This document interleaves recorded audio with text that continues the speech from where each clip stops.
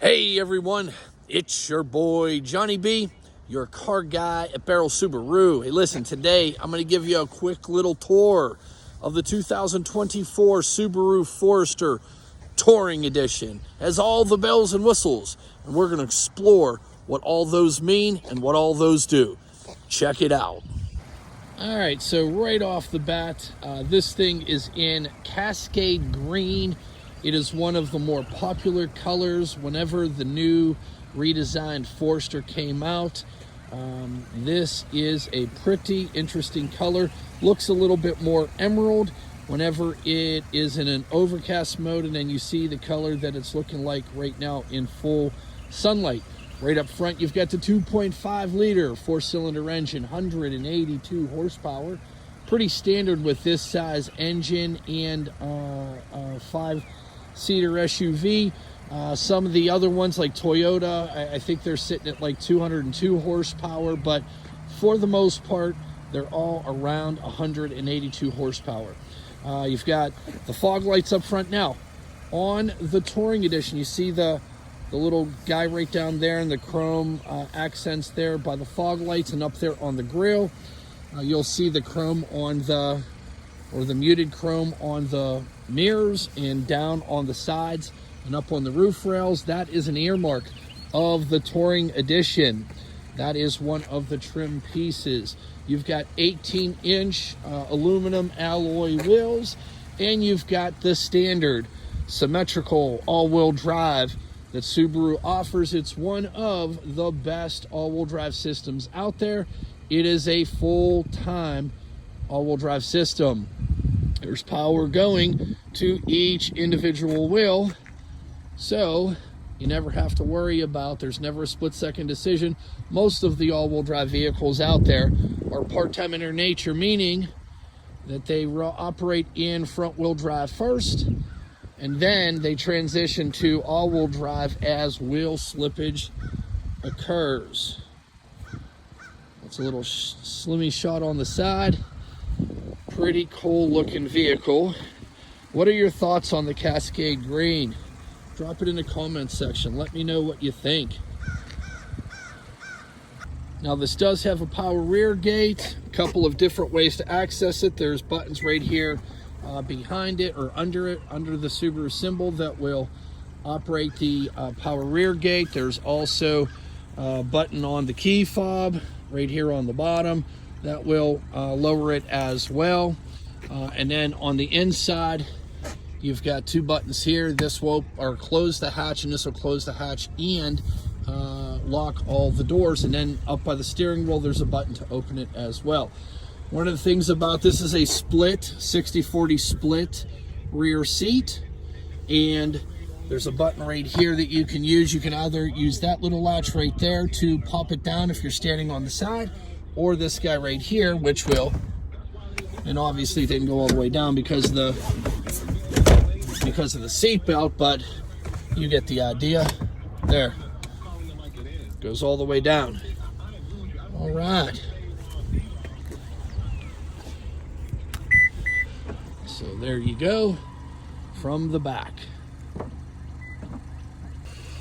All right, so on the interior, on the Touring, it does come in black, but this is the saddle brown feature. I think it looks incredibly sharp. It's trimmed in the block with the saddle brown on the interior, plus on the door pieces as well. With the Touring trim level, you do get the Harman Kardon speaker system. If you like to listen to music, trust me, you will love the extra speakers that the upgraded audio system brings to the table. You've got memory seats, of course, power seats right there, and there is a power passenger seat as well. Getting on inside here, now Subaru does offer the ability to shut every safety feature off here if you wanted it. There was the button I was telling you about to do the back latch or the back hatch. That is a memory button, so if you have a short garage, you can adjust the height of the rear tailgate where it opens up. This thing does have steering responsive headlights. That's what the SRH stands for. That means as you turn your steering wheel at night, your headlights turn into the bend, giving you the most visibility. It also comes with high beam assist, which means it'll run in high beams. Someone comes in front of you, it'll switch to low beams, and then it will pop right back up into high beams. Traction control there. Auto stop start, which is on every car on a 2018 and fewer or newer. That'll just allow you to turn it off. It is a per ride turnoff switch. And then you've got your blind spot detection. Now that means that will light up whenever someone comes into your blind spot, and then when you put your turn signal on, it will flash at you rapidly. Does not stop the car, so if you slide over and ignore the warning light, you're going to hit someone. I don't know why anybody would want to turn it off though. Driver distraction mitigation system, that button right there, that is this guy right here. This is looking at your face to make sure that you are paying attention to the road. Now, if you are not paying attention to the road, it is going to yell at you, beep right in here, and tell you to keep your eyes on the road. And that button right there, if you're one of those people that don't like to be warned that you're not paying attention to the road, that's what that is for. Over here, auto headlights with the auto high beams. You've got the eyesight driver assist, or these two cameras right here. They control your forward emergency braking, and here's this turn off switch for that if you don't like it. If you get too close to the car in front of you, it will beep at you, and if you don't hit the brakes, it will hit the brakes. This guy right here is lane departure warning, meaning that as you're driving down the road, if you slide one way or the other as you go side to side, if you do that without a turn signal, it'll beep at you. Starlink system, which is their safety and security, which will, does have a feature to remote start through Subaru's app. But this is if you get into an accident or you need emergency services. This is an SOS button that'll get you that. This guy right here is like AAA in Pennsylvania. This will get you a tow 150 miles to the local Subaru dealership. Now, the first two pieces of the eyesight driver assist, the forward emergency braking and the lane departure, those are always on. You have to hit those buttons to turn them off. These ones over here, this is your adaptive cruise control with lane centering. That's part of the eyesight driver assist. Those are always off, and you have to hit the buttons to turn them on. So whenever you turn them on, you'll see the car right there, and it'll have a couple of bars in front of it. It'll go all the way up to 4 bars and then down to 1 bar. And all that represents is that highway speeds, that's 1 car length, approximately 1 car length of speed between you, or space between you and the car in front of you, buffer zone. So once you set your speed, it will keep you spaced about a car. That one's just 1 car length of space in between there. So here you've got an intelligent mode and a sports mode. Now, all that is that is a bell curve that just says how you're dispersing your torque.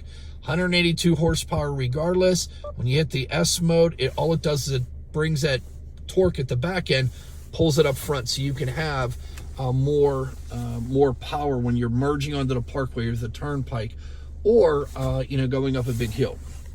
Big 8-inch screen here. It is a touch screen. So now in the 2025s, this is all going to be an 11.4-inch iPad, if you will. It's not an iPad, but a big old touchscreen. Now with the Touring Edition, you do have this big backup camera here. Now all these lines are telling you is this is 7 feet from your bumper, 5 feet from your bumper, 3 feet from your bumper, and about 1.5 feet right there at the red line. It does have parking sensors, so the closer you get to something, it is going to beep at you. And it does have reverse automatic braking. Reverse automatic braking, it's looking for stationary objects back there. If you're not paying attention and there's a stationary object, it's going to beep at you first, and then if you don't hit the brakes, it's going to hit the brakes. And then you see, it does have navigation, although it does have Apple CarPlay and Android Auto. And I will tell you that, the ones on your phone are free and are always updated. So once you're utilizing Android Auto or Apple CarPlay, you do have the most relevant and most up-to-date version of maps through your phone. That is all your heating and air stuff right there. And then you've got your heated seats right down there. You've got dual X mode here. You'll see on the left it says snow and dirt, and then deep snow and deep mud. Now when I activate this, I just turn it to the left or to the right, and it'll tell you that X mode, snow and dirt, or if I turn it to the right, it'll tell you deep snow and deep mud. That is a traction control system, gearing system that operates under 20 miles an hour, and it just enhances an already great all-wheel drive system. And you just push it to return it back to normal. Electronic parking brake, and this is automatic vehicle hold. If I hit this button, it'll say AVH right over there, and what that means is as you're driving down the road, once you come to a full and complete stop, it'll keep the brakes applied until you hit the accelerator. So it's really good for no rollbacks during an uphill stop or something like that. Or if you're sitting in traffic, you can not have to drop it into park and drive and all of that fun stuff. You activate automatic vehicle hold, and it will keep you stopped until you hit the accelerator. Now, one of the nice things about the moonroof here is it is like almost 2 full panes. It's a dual panoramic. It's a panoramic moonroof. So it's one of the bigger moonroofs. Like if you got an Outback, it's a single pane. It's about half that size. This is one of the things that I love about the Forester trim level is this dual panoramic moonroof. Pretty cool. All right, folks, that is a pretty quick rundown of the Subaru Forester Touring Edition. I'm sure there's something in here that I forgot to talk about, like this heated steering wheel that got my hands on. I forgot all about to bring that up. If you have any questions about this vehicle, drop a comment in the comment section or hit me up on my cell. You can call or text me, 412-715-6755. Outside of that, I hope you're having a rocking Saturday. Peace out. See ya.